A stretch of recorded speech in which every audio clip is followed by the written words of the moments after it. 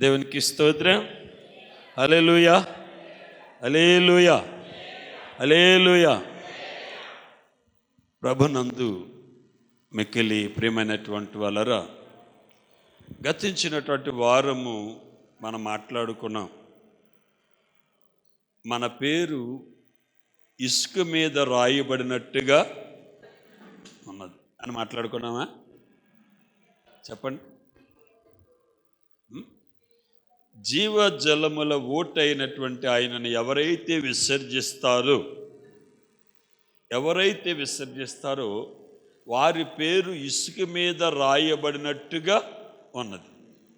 అయితే మన పేరు ఎక్కడ రాయబడిందని మనం నేర్చుకున్నాం. ఏమండి? గొర్రెపిల్ల యొక్క జీవ గ్రంథములు బంగారపు రేకు మీద చెక్కబడిందని, తెల్లని రాతి మీద చెక్కబడిందని మనం నేర్చుకున్నాం. ప్రియమైనటువంటి వాళ్ళరా, గొర్రెపిల్ల యొక్క జీవ గ్రంథములో మన పేరు రాయబడాలంటే మనం ఎలాగుండాలి? అలాగున్నామా లేదా? ఎందుకంటే యేసు ప్రభు తన శిష్యులతో ఒక మాట చెప్తున్నాడు. ఈ లోక సంబంధమైనటువంటి సంతోషం, ఈ లోక సంబంధమైన ఆనందము వారు కలిగి ఉన్నప్పుడు ఇది నిజమైనటువంటి సంతోషం కాదు. వారి సంతోషం ఏంటంటే, అయ్యా నీ నామములో దెయ్యాలు మాకు లోబడుతున్నాయి, నీ నామములో రోగులకు స్వస్థత వస్తుంది, నీ నామములో గుడ్డివారు చూపు పొందుతున్నారు, నీ నామములో కుంటివారు నడుస్తున్నారు, నీ నామములో మోగవారు మాట్లాడుతున్నారు. ఇలాగ మేము ప్రార్థన చేయగా నీ నామములో గొప్ప కార్యాలు జరుగుతున్నాయి. చాలా సంతోషముతో ప్రభుకి చెప్తున్నప్పుడు యేసు ప్రభు అన్న, దెయ్యములు మీకు లోబడుచున్నవని మీరు సంతోషింపక పరలోకమందు మీ పేరులు జీవగ్రంథములు రాయబడి ఉన్నవని మీరు సంతోషించమన్నాడు. దేవునికి స్తోత్రం. మన సంతోషం ఎలాగుందని తెలుసండి. ఈ లోక సంబంధమైన సంతోషాన్ని మనం కలిగి ఉన్నాం. కానీ దేవుని యొక్క వాక్యం ఏమని సెలవిస్తుందంటే, మన పేర్లు జీవగ్రంథములు రాయబడినవని మనం ఎక్కువ సంతోషించాలి. అయితే మన పేర్లు జీవగ్రంథములు రాయబడి ఉన్నాయని మనం నేర్చుకున్నాం. అయితే జీవగ్రంథములు రాయబడినటువంటి మన పేర్లు తుడుపు పెట్టబడకూడదు, అవి తుడిచివేయబడకూడదండి, లేదా అవి కొట్టివేయబడకూడదు. అంటే మనం ఈ లోకంలో ఎలాగుండాలి? ఈరోజు దేవుని యొక్క వాక్యం నుండి కొన్ని నిమిషాలు మనం ధ్యానం చేసుకుందాం. దేవునికి స్తోత్రం. హల్లెలూయా. ప్రతి ఒక్కరూ జాగ్రత్తగా వినండి. యేసుక్రీస్తు ప్రభు ఈ లోకములో శరీరధారిగా ఉన్నప్పుడు, ఆయన శరీరధారిగా ఉన్నప్పుడు ఎన్నో సభలను, ఎన్నో కూటాలను దేవుడు ఏర్పాటు చేశాడు. ఆయన చేసిన కూటాల్లో పెద్ద కూడిక ఎక్కడంటే, ఆయన కొండ మీద కూర్చున్నప్పుడు బహుజన సమూహం, లెక్కకు ఇసుక రేణువుల వలె ప్రజలు వచ్చారండి. వారు అక్కడ కూడుకోవడానికి చోటు లేక ఆయన ఏం చేశాడు తెలుసండి? కొండ ఎక్కి కూర్చుని వారితో మాట్లాడటం మొదలుపెట్టాడని అక్కడ రాయబడింది. అయితే ఈ కొండ మీద ప్రసంగం గురించి చాలా సుదీర్ఘంగా రాసినటువంటి వ్యక్తి మత్తయి భక్తుడండి. అయితే ప్రియమైనటువంటి వారా, ఈ యొక్క సుదీర్ఘమైనటువంటి ప్రసంగములు దేవుడు పరలోక సంబంధమైన విషయాలు ఎన్నో మాట్లాడుతూ, ఒక వ్యక్తి దేవుని యొక్క రాజ్యములో ప్రవేశించాలంటే ఒక విశ్వాసి ఎలాగుండాలి, ఎలాగుంటే దేవుని యొక్క రాజ్యములో మనం ప్రవేశిస్తాం అనే విషయాలు దేవుడు మాట్లాడటం జరిగింది. అయితే ఆయన మాట్లాడినటువంటి ఒక సందర్భాన్ని గూర్చి మనం ఈరోజు ధ్యానం చేసుకుందాం. పరిశుద్ధ గ్రంథము నుండి మత్తయి సువార్త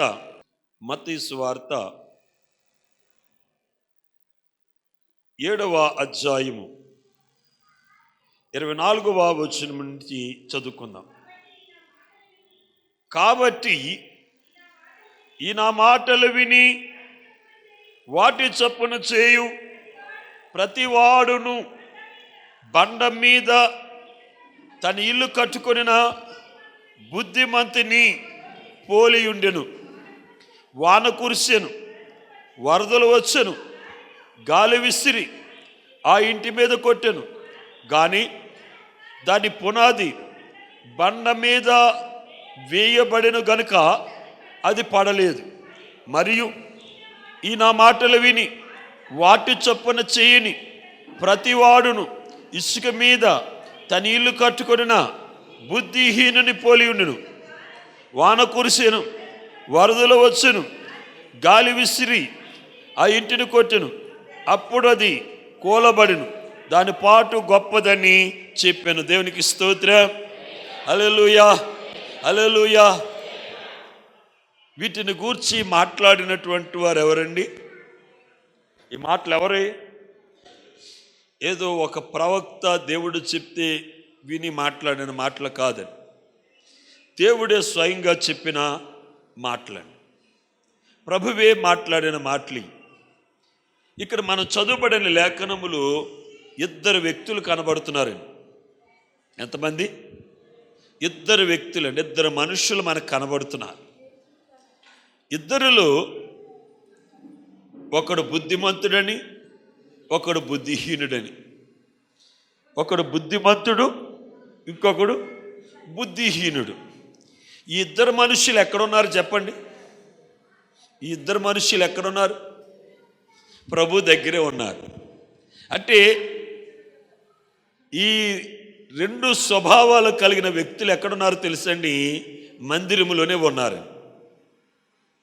చాలామంది మాటలు వింటారు, చాలామంది మాటలు వింటారండి, వినేవారు చాలామంది అండి. కానీ విన్న దానిని గ్రహించుకునేవారు కొందరేనండి. దేవుని మాటలను గ్రహించుకోవాలంటే మనకి చాలా వైరాగ్యం కావాలండి. వైరాగ్యం రాకపోతే దేవుని మాటలు మనం గ్రహించుకోలేం. మన శుక్రవారం మనం మాట్లాడుకున్నాం. అపోస్తలుడైన పౌలు చెప్తూ ఉన్నాడు. ఏ మాట అండి? అంతఃకరణం ఎలాగుందటండి? మీది సంకుచితంగా ఉంది. ఓ కొరింథీ ప్రజలారా, ఓ కొరింథీ పట్టణ నివాసులారా, ఓ కొరింథీ సంఘమా, మీ యొక్క అంతఃకరణం ఉన్నది చూడండి, అది ఎలాగుంది? సంకుచితంగా ఉంది. అంతఃకరణం అంటే ఏంటి? మనస్సు. సంకుచితం అంటే ఏంటి? కొద్దిగానే. కానీ మా యొక్క అంతఃకరణం ఎలాగుంది? విశాలంగా ఉంది. కనుక ఇప్పుడు మిమ్మల్ని నేను బతిమాలుకున్నది ఏంటంటే, మా ప్రేమను బట్టి మీ అంతఃకరణం కూడా ఎలాగవ్వాలంటున్నాడు? విశాలపరచబడాలి. దేవుని యొద్దకు వచ్చినప్పుడు మీ అంతఃకరణం సంకుచితంగానే ఉండొచ్చు. దేవుని యొద్దకు వచ్చిన తర్వాత దేవుని యొక్క వాక్యమును వింటున్నప్పుడు, దేవుని యొక్క వాక్యమును ధ్యానిస్తున్నప్పుడు మీ అంతఃకరణం ఏమవ్వాలి? విశాలపరచబడాలి.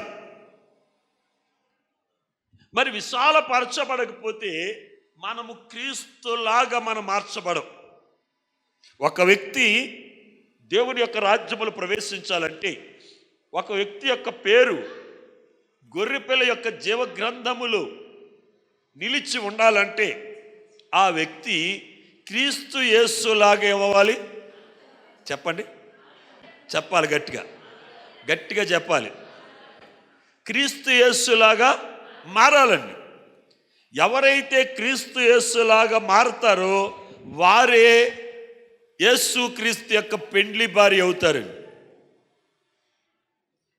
ఆయనలాగా మార్పు చెందిన వారు ఆయనకి పెండ్లి భార్య ఎవరండి? యేసయ్యకు పెండ్లి భార్య కాని ప్రతి వారు కూడా నరకానికి వెళ్తారు. యేసయ్య పెండ్లి భార్య ప్రతి ఒక్కరు కూడా ఎక్కడికి వెళ్తారు? పరలోకానికి వెళ్తారు. వీళ్ళకి ఎక్కడ అడ్లు ఆటంకాలు ఉండవండి. యేసు ప్రభు వీళ్ళ కోసం ఏం చేశాడు? మార్గమును సరళము చేసేసాడు. ఆయన ఏమన్నాడు? నేనే మార్గమును. వారి కొరకు ఆయన మార్గాన్ని ఏం చేశాడు తెలుసండి? సరళము చేసేసాడు. కనుక యేసయ్యకు పెండ్లి భార్యగా మారిన ఎవరు కూడా భయపడవలసిన అవసరం లేదు. ఒక దినం రాబోతుంది, ఆ దినము దేవుడు వారిని అలంకరింపబడిన పెండ్లి కుమార్తెగా ఆయన యొద్దకు చేర్చుకుంటాడు. అయితే ప్రియమైనటువంటి వారరా, ఇక్కడ ఇద్దరు వ్యక్తులను మనం చూస్తున్నాం. ఒకరు తన ఇంటిని ఎక్కడ కట్టుకున్నారటండి? ఎక్కడ కట్టుకున్నారు? రాతి మీద అటండి. ఎక్కడ కట్టుకున్నారు? రాతి మీద పునాది వేసుకుని వేసుకున్నారండి, పునాది వేసుకుని రాతి మీద కట్టు. ఇంకొకరు తన ఇల్లు ఎక్కడ కట్టుకున్నారటండి? ఇసుక మీద కట్టుకున్నారు.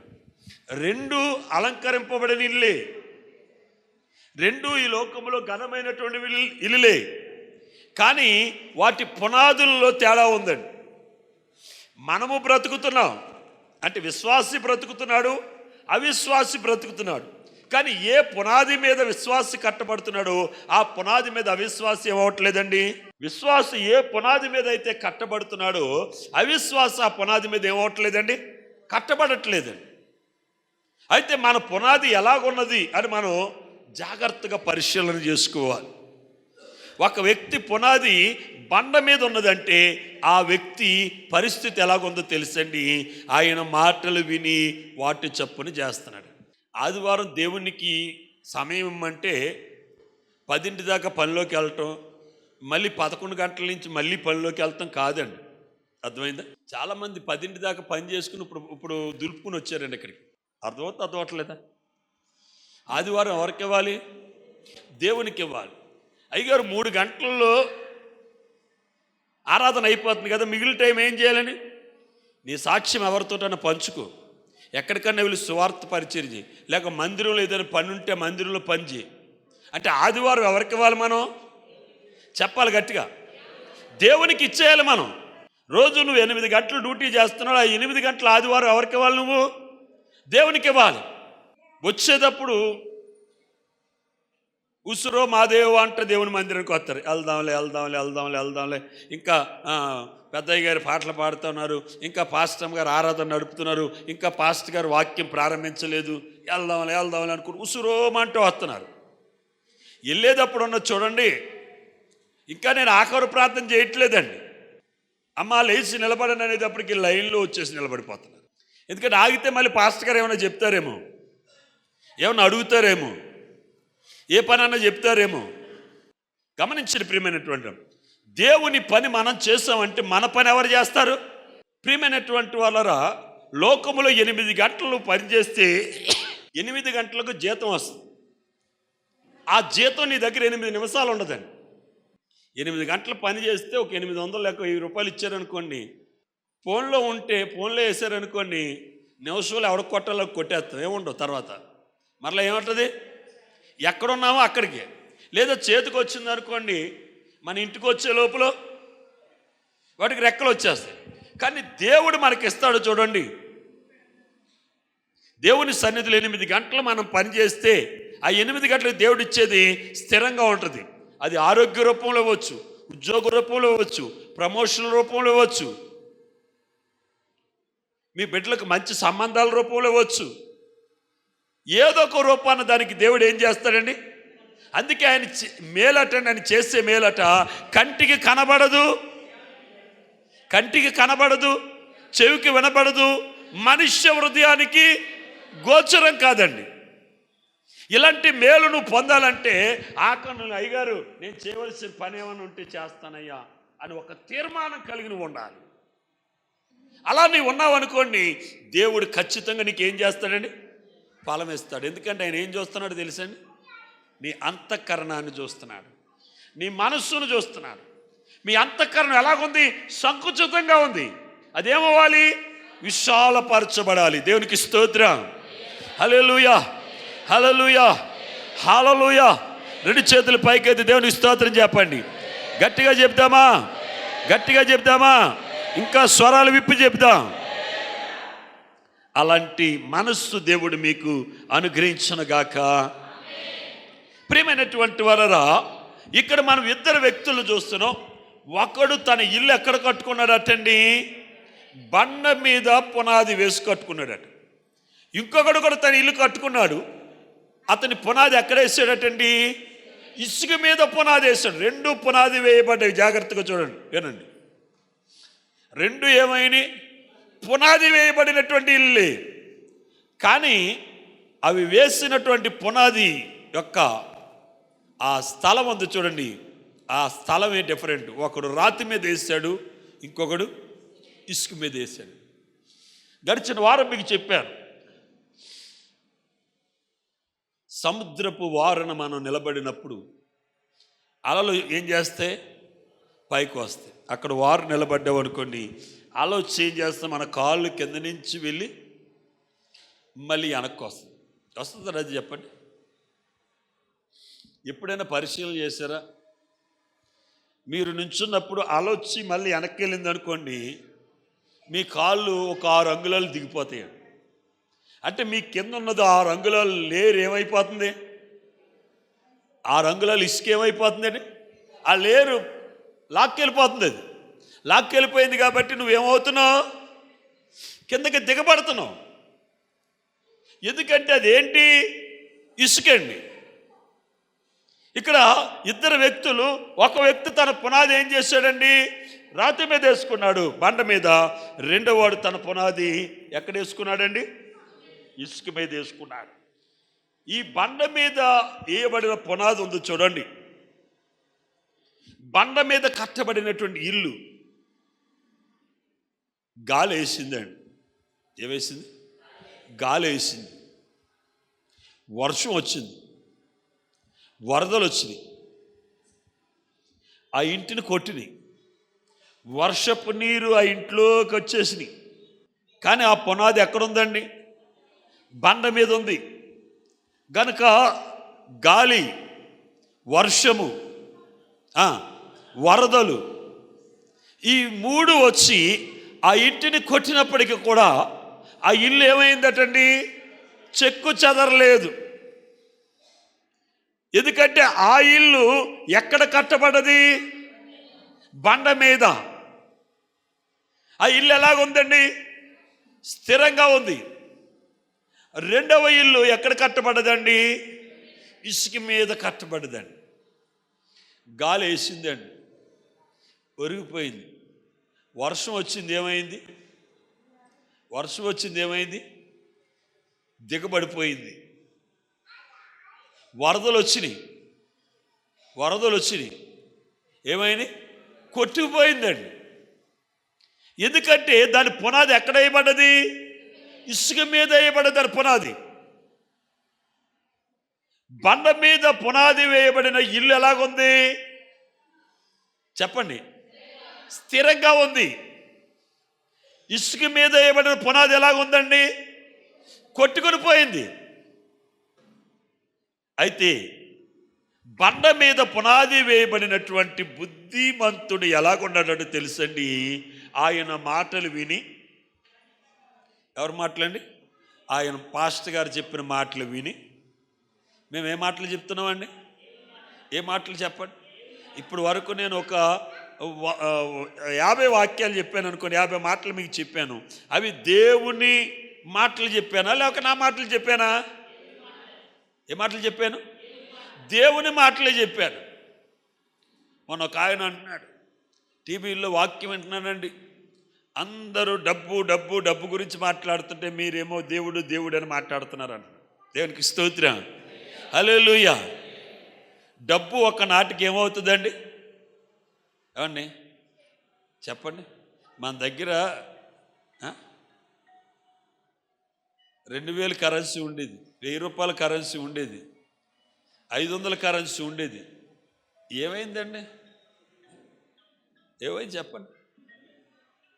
అవన్నీ కాల్చుకుంటూ, ఇప్పుడు మన దగ్గర ఉంటే అవి కాల్చుతానికి తప్ప దేనికి పనిచేయవండి.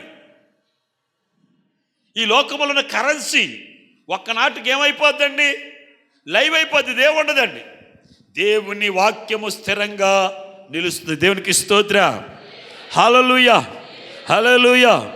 ఒక దైవజనుడు 100 మాటలు చెప్పాడంటే 100 మాటలు దేవునికి సంబంధించిన మాటలే ఉండాలి. ఒక్క మాట కూడా తనకు సంబంధించిన మాటే ఉండడానికి వీల్లేదు. ఒక్కటి కూడా లోకానికి సంబంధించిన మాటే ఉండడానికి వీల్లేదు. ప్రతి మాట దేవుని నోటి నుండి వచ్చినటువంటి మాటగా ఉండాలి. దేవునికి స్తోత్రం. అర్థమవుతుందా బాయస్? మీకే అర్థమవుతుందా? పాస్టర్ గారు ఏదైనా చెప్తే, అయ్యగారు మా అత్తారింటికి వెళ్ళాలి, కరెంటోడు వస్తానన్నాడు, లేకపోతే తాపిమేత్రి వస్తానండి, ఇది చెప్పకూడదండి. దేవుని పని ఉన్నదంటే అత్తగారు లేదు, అమ్మగారు లేదు, భార్య లేదు, బిడ్డలు లేదు, దేవుడే. దేవునికి స్తోత్రం. ఈ లోకంలో ఉన్న బంధాలు ఒక్క రోజుకి ఏం చేస్తాయి చెప్పండి? ఈ లోకంలో మనం చాలా బంధాలు చూసి ఇప్పటి వరకు, నువ్వు పుట్టినప్పటి నుంచి నువ్వు చూసిన బంధాలు చూడు. వీళ్ళతో నేను శాశ్వతం అనుకొని ఎన్ని బంధాలు నీ జీవితంలో తెగిపోయినాయి. వీళ్ళతోనే నేను శాశ్వతం అనుకొని ఎన్ని బంధాలు నీ జీవితంలో నిన్ను విడిచి వెళ్ళిపోయినాయి. ఇప్పుడున్న బంధాలు కూడా స్థిరం కాదు. ఒక్కనాటికి ఆ బంధం ఏమవుతుందండి? నిన్ను విడిచి వెళ్ళిపోతుంది. ఈ లోకంలో ఏ బంధము స్థిరమైనటువంటి బంధము కాదు. ఒక్కటే క్రీస్తు యేసుతో మనం కలిగి ఉన్నటువంటి అనుబంధము. ఈ బంధం అంతా కూడా ఇది స్థిరమైనటువంటి బంధము, ఎవరు తీసివేయలేని బంధము, ఎవరు సెరుపు చేయలేనటువంటి బంధం అండి. ఇక్కడ ప్రభు చెప్తున్నాడు, ఈ నా మాటలు విని వాటి చప్పున చేయు ప్రతివాడును బండ మీద ఇల్లు కట్టుకున్న బుద్ధిమంతుని పోలున్నారు. వీళ్ళు ఎంతమంది మీ ఇల్లు బండ మీద కట్టుకున్నారు చెప్పండి? ఏమో మాట్లాడరేటమ్మా? మీ ఇల్లు ఎక్కడుందో మీకు తెలీదా? ఏమండి, మీ ఇల్లు ఎక్కడుందో తెలీదా మీకు? ఏమండి, మీ ఇల్లు ఎక్కడుందో మీకు తెలీదా? బండ మీద ఉందా? ఒకసారి పరిశీలన చేసుకోండి. భ్రమలో బ్రతక దేవుని మాటలను వింటున్నావు అనుకోండి, వాడి చెప్పు నువ్వు చేస్తున్నావు అనుకో, కోపం ఉన్నవాడి ఇల్లు ఇసుక మీద ఉంటుందండి. అసూయ ఉన్నవాడి ఇల్లు ఇసుక మీద ఉంటుంది. ద్వేషం ఉన్నవాడి ఇల్లు ఇసుక మీద ఉంటుంది. ప్రేమ లేని వాని ఇల్లు ఇసుక మీద ఉంటుంది. అంతఃకరణ సంకుచితంగా ఉన్నవాని ఇల్లు ఎక్కడుంది? ఇసుక మీద ఉందండి. అయోగ్యుడి ఇల్లు ఎక్కడుందండి? ఇసుక మీద ఉంది. ప్రార్థన చేయలేని వాడి ఇల్లు ఎక్కడుందండి? సన్నిధికి రాని వాని ఇల్లు ఎక్కడుందండి? దైవజనుని మాట వినని వాడి ఇల్లు ఎక్కడుందండి? సంఘంలో కొంతమంది చిచ్చులు పెడుతూ ఉంటారండి. సంఘంలో ఏం చేస్తారు? ఆడి పక్కన ఎవడన్నా కూర్చున్నాడు అనుకోండి, ఆడు గొయ్యితో వేస్తాడు. చాలామంది ఎలాగుంటారంటే, నేను ఒక్కనే సేఫ్ సైడ్ ఉండి నా పక్కని నరకానికి పంపాలని గొయ్యితో వేస్తాడు. నీకు తెలియదు, ఇది ఆల్రెడీ గొయ్యిలో ఉన్నాడు. చెప్పేవాడికి తెలియదండి. పక్కోడికి ఏం చేస్తాడండి? ఇండక్షన్ చేస్తూ ఉంటాడు. కానీ ఇద్దరు ఎక్కడికి వెళ్ళిపోయాడు? ఆడు గొయ్యిలో దింపుతామే కాదు, ఈడు కూడా ఎక్కడికి ఉన్నాడు? గోతులోనే ఉన్నాడు. గమనించండి ప్రియమైనటువంటి వారు, నువ్వు చేయగలిగితే సంఘానికి మేలు చేయి, ఒక సావాసానికి మేలు చేయి, ఒక వ్యక్తికి మేలు చేయి. ఒక వ్యక్తిని విశ్వాసంలో నుండి నువ్వు తప్పించొద్దు. అలాంటి కొమ్మరు పురుగురు మన సంఘంలో కూడా ఉన్నాయండి. నేను వాళ్ళ కోసమే దినవెల్ల ప్రార్థన చేస్తున్నాను. నీ దగ్గరికి వస్తున్నారు నాయన, వాక్యం అంటున్నారు నాయన, ఆ శరీర రక్తాలు చూసుకుని అయినా మారు మనసు లేదు వాళ్ళకి. అందుకే కుటుంబంలో అసమాధానంగా ఏడుస్తుంది. మనం ఆలోచిస్తే తెలుస్తుంది. మన జీవితంలో ఏదైనా సమస్య వచ్చిందనుకోండి, బయటవాడు వేరే ఆలోచిస్తారు. మనం ఎలాగ ఆలోచించాలంటే, మనలో ఏం లోపం ఉంది, మనకు ఒక ఇబ్బంది వచ్చింది, ఒక కష్టం వచ్చింది, ఒక బాధ వచ్చింది, దేవుడి మీద నేరం వేయటం కాదండి. మనల్ని మనం ఏం చేసుకోవాలి? విమర్శించుకోవాలి. నాలో ఏదైనా ఉందేమో, నేను దేవునికి ఇష్ట ప్రకారం నడవట్లేదేమో, నాయన నాతో మాట్లాడు అని నువ్వు ప్రార్థన చేస్తే, దేవుడు ఒక దైవజనుడి ద్వారా, లేక నీ భార్య ద్వారా, నీ బిడ్డ ద్వారా, నీ భర్త ద్వారా, ఎవరొకరి ద్వారా నీతో ఏం చేస్తాడు? నీలో ఉన్న లోపాన్ని, దావీదు నాయన నాలో ఉన్న లోపం ఏంటో నాకు చూపించన్నప్పుడు ఎవరిని పంపాడండి? గట్టిగా చెప్పాలి. నాతాను ప్రవక్తను పంపించాడండి. నాయన నువ్వు నాతో మాట్లాడట్లేదు, నా ప్రార్థన వింటలేదు అయ్యా, నాకు నాలో ఏం లోపం ఉందో నాకు తెలియట్లేదయ్యా. ఎందుకు తెలియట్లేదు? పాపాన్ని దాచేసుకున్నాడు. పాపాన్ని కప్పెట్టేసుకుని నాకు కనబడట్లేదయ్యా, నాకు తెలియదు. నువ్వు దాచేసుకుంటే నీకు కనబడపోవచ్చు, కానీ పిల్లి కళ్ళు మూసుకుని పాలు తాగితే ఏమనుకుంటుందట? అది పాలు తాగుతుంది, దానికి కనబడట్లేదు. కానీ ఇంటి యజమానికి ఏం చేస్తుందండి? ఇంటి యజమాని కళ్ళు మూసుకోలేదు కదండి, కళ్ళు మూసుకున్నది పిల్లి. అలాగే నీవు పాపాన్ని దాచేసుకుని కనపడట్లేదంటే, నా దేవుడు నీ రాష్ట్ర పాపములను చూసే దేవుడు, దానికి ప్రతిఫలం ఇచ్చే దేవుడు. ఏడుస్తున్నాడు దేవుడి సన్నిధిలో, నాయనా నువ్వు మాట్లాడకపోతే నేను ఎలా బ్రతుకుతానయ్యా, నీ సన్నిధి నాకు దూరం అయిపోయేలాగా ఉంది, దయచేసి నాతో మాట్లాడమన్నప్పుడు నాతాను ప్రవక్తను పంపించి దావీదులో ఉన్నటువంటి పాపాన్ని నాతాను ప్రవక్త ఏం చేశాడు? ఎత్తి చూపించాడండి. ఎప్పుడైతే తన పాపమును దేవుడు ఎత్తి చూపించాడో దావీదు దాచుకోలేదండి. మీ పాపాన్ని నేను ఎత్తి చూపించాను అనుకోండి, మీ సంఘం కాకపోతే మాకు ఇంకో సంఘం ఉన్నదండి, ఈ మందిరం కాకపోతే ఇంకో మందిరం ఉందండి, ఈ సేవకుడు కాకపోతే ఇంకో సేవకుడు ఉన్నాం. ఏ సేవకుడి దగ్గరికి వెళ్ళినా వాక్యం ఒక్కటే. ఆ వాక్యము ఎక్కడైనా సరే నేను గద్దిస్తుంది, ఎక్కడైనా సరే నీకు బుద్ధి చెప్తుంది. కనుక వాక్యం విన్నప్పుడు నీలో లోపం ఉన్నప్పుడు ఆ లోపాన్ని సరి చేసుకునే ప్రయత్నం చేయాలి. దావీదు తన పాపాన్ని దాచుకున్నాడు, కానీ నాతాను ప్రవక్త వచ్చి తన పాపాన్ని బయట పెట్టినప్పుడు ఇక దాచుకోలేని దేవుని దగ్గరికి వెళ్ళి కన్నీరు విడిచి ప్రార్థన చేసేది. పరిశుద్ధుడు అయిన తండ్రి, ప్రేమ కలిగిన దేవ, ఎందరైతే నీ సన్నిధులు నోరు తెరిచి ప్రార్థిస్తున్నారు, నేను అడుగుతున్నారు, దయచేసి వారందరినీ కనుకరించినైనా మరి నాయన మేమందరమునైనా చక్కబడిన విలువైనటువంటి రాళ్ళగా మలచబడడానికి నాయన నీ మందిర పునాదికి పనికి వచ్చే రాయిగా మేము నాయన చెక్కబడడానికి మీరు కృప దయచేయమని ప్రార్థన చేస్తున్నాం. ఎవరైతే మలచబడిన రాయి అవుతారో ప్రభు నాయన, వారు మాత్రమే నాయన మరి గొర్రెపిల్ల యొక్క జీవగ్రంథములు మరి వారి పేరు లిఖితమవుతుందని సెలవిచ్చావు కనుక ఆ గొర్రెపిల్ల యొక్క జీవగ్రంథములు మా పేరు రాయబడినట్లుగా నాయన మేము చెక్కబడిన అమూల్యమైనటువంటి రాయిగా మలచబడడానికి మీరు కృప దయచేయమని ప్రార్థన చేస్తున్నాను. ప్రతి ఒక్కరిని దీవించండి. ఎత్తబడిన వాక్యము ప్రతి ఒక్కరి హృదయములు 30 దంతలుగా 60 దంతలు 100 దంతలుగా ఫలింపజేసి నీ రాకడకు మమ్మల్ని సిద్ధపరచమని యేసు క్రీస్తు పరిశుద్ధ నామమును బట్టి ప్రార్థించి స్తుతించి బతిమాలు వేడుకుంటున్నాము తండ్రి. ఆమేన్.